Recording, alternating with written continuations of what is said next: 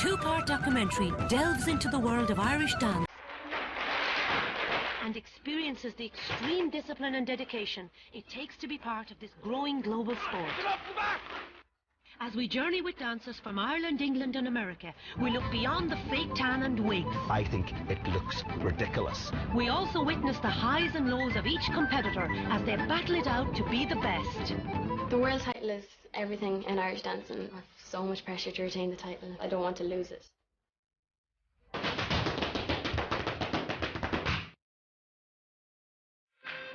Although it was originally founded by the Gaelic League in 1883, it was 100 years later when the explosion of river dance turned Irish dancing into an overnight phenomenon. Following the success of touring shows, Irish dancing is now recognised as one of the fastest growing global sports.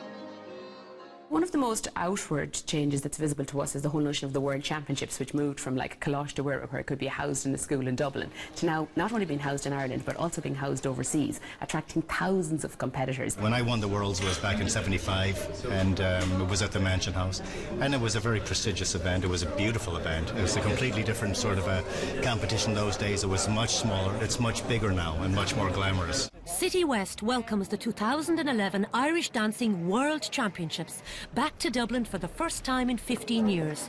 During this time, the County Dublin Resort will welcome over 4,000 competitors along with their 40,000 spectators. It's become an entire, 10-day festival, and people are still buying into it, and they're preparing it for the whole year. In the run-up to the main event, workers from all corners of the country spend an intense week building 3 huge dancing stages.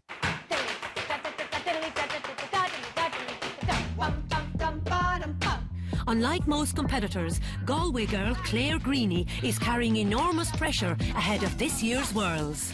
Claire has won the Worlds for the last 4 years, since 2007, so she's going for 5 in a row this year, which is a big feat. I have so much pressure to retain the title, because it's pressure I put on myself because I don't want to lose it. Yeah, I'm not hearing the last hop, hop, bang. It's very hard to be happy with second when you've had first for so long.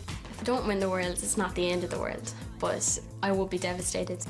Hop, yeah, a little bit more to show it off. Yeah, you don't need to do it quite as fast as you're doing it. It's not quite that speed. So get your diddly done to start before you do those skips as well. She wants to stay at the top now, and she'll do her very best to stay up there. I think Claire deserves to be where she is when she's on fire, when she's on her best. I think she's hard to beat.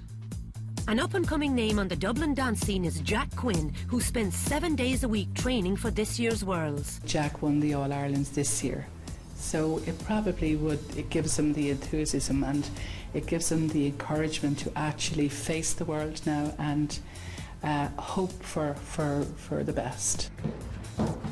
I'm excited. All I can do is just dance my very best, and then after that, what can I do? He's up against a lot of very stiff competition, some great boys in it, so, whatever happens. We look forward to great things, but if it doesn't happen for him, well, It doesn't happen this year, we just hope it will happen maybe another in the future.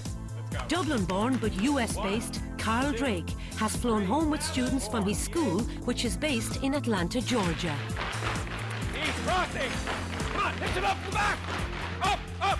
Arms, Kathy, up! I actually have 23 kids here competing at the World Championships. Most of the kids are here for the first time. I hold high hopes for one particular dancer, Katie Foley. I'm hoping it's a very happy and exciting day for her. Katie, Carl's shining star, arrives 1 week later than the rest of her school. I'm traveling alone because usually I travel with my dance teacher. It's hard for my mom to come with me, the expense from flying over from America. But also we've had family troubles the last couple of years, so it's a little stressful to leave right around now, so I couldn't come with my teacher and I had to come on my own this time. Sometimes when I'm stressed with everything going around in the environment at home, I don't dance to my fullest, so hopefully this time I'll do that. If I won, that'd be awesome. But just doing my very best and getting some good points that would make me happy. While Katie leaves the airport, thousands of people gather for the opening ceremony in City West. Inside the convention centre, a guard of honour assembles ahead of the President's arrival. Cathu. How are you? Jamer Cathu a Hashka. Good to see you. The Irish tenors also add to the excitement and take centre stage to set the afternoon off on a high note.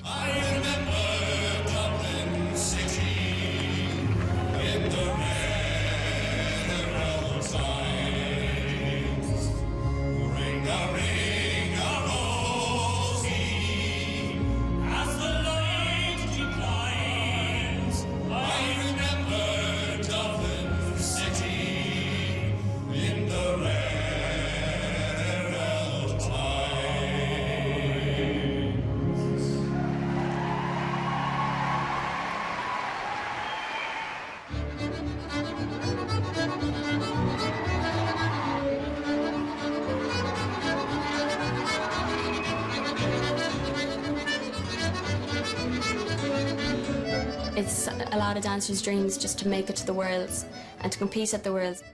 When a dancer first qualifies to go to the World Championship, it is quite a big deal because it's sort of the last level. And then at that stage, then you're in the ring with the big guys, and it's a case of fighting out for the title at that stage. The competition gets harder every year because everyone just wants to be at the very top. The pinnacle is to qualify for the World Championships and hopefully eventually win the World Championship. So that is the sort of supreme aim of every competitive Irish dancer. It is all about being a world champion. That matters an awful lot to people. The kind of prestige of having that world title and knowing that if you have that title that people consider you the best in the world, that's just, it's enough really. No money or anything is needed really. Just to have that title is amazing.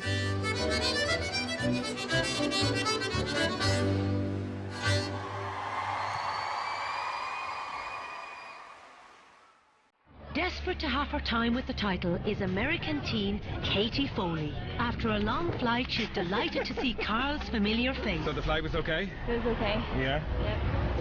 So do you like the venue? Yeah, I like the venue. The stage is really big. You're not on the big stage? You're not on the big stage, but I'm That's actually fine, really happy that's about that. I think it'll really suit you. Hello. Hi. Hi, how are you?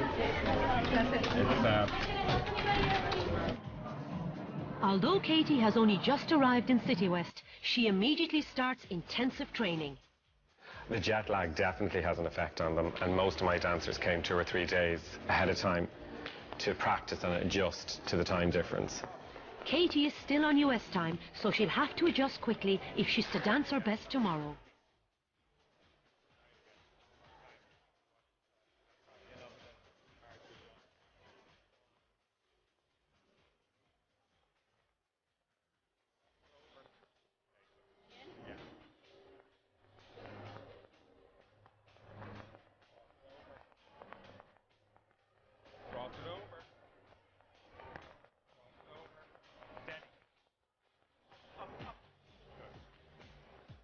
Feeling a little sore, but it's just from being all stiff for the last few months, but that doesn't affect anything with dancing because you don't move your upper body anyway.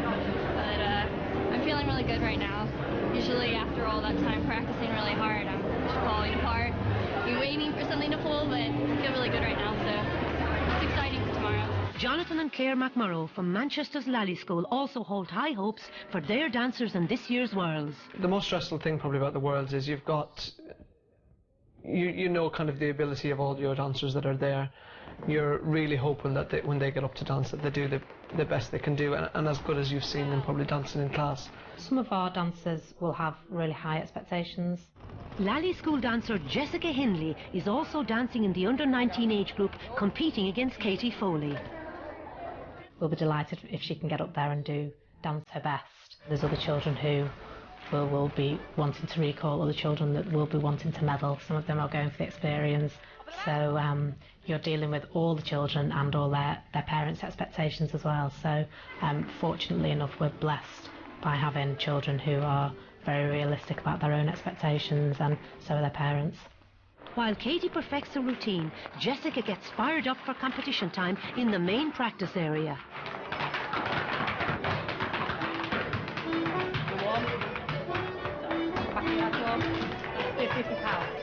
I think it takes a number of things to be a world champion. If you can get a child who has ability and talent and they are willing to work, and they have parents who are willing to get them to the class every week and are supportive, then you've got a winning combination. Coming up, Jack's dance comes to a sudden stop, and Jessica and Katie go head to head. But this sport isn't without dangers.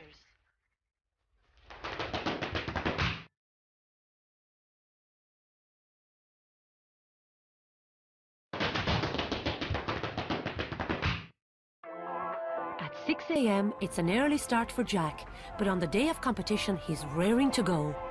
I'm looking forward to getting out there and dancing well. I'm feeling good today, so I just hope for the best. Inside the hall, the under-13 competition gets underway. The mornings of competitions, you have to warm up and you have to have stretched, and then you can kind of do a tiny bit of practice, and then you have to put it out on the stage. With just minutes to his calling time, Jack does some final preparations for his first round of competition and takes to the stage hoping to outdance his rivals. There's a tiny bit of nerves all the time. Everyone has a bit of nerves. It wouldn't be normal if you didn't. The best thing to do is just forget about them, because it will take your energy out of you completely, and you won't dance or perform well at all.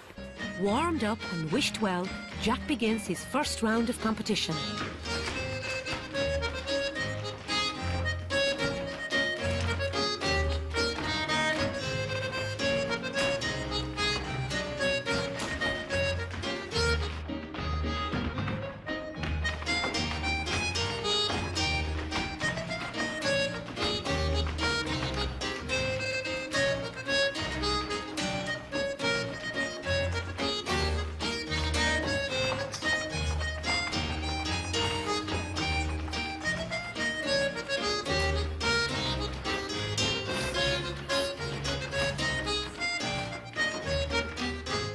With the first round down, Jack seems happy with his performance and waits for the second round.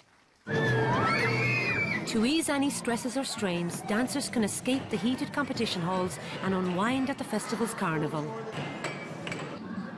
Although only a stone's throw away, the atmosphere in the games room and competition halls are light years apart.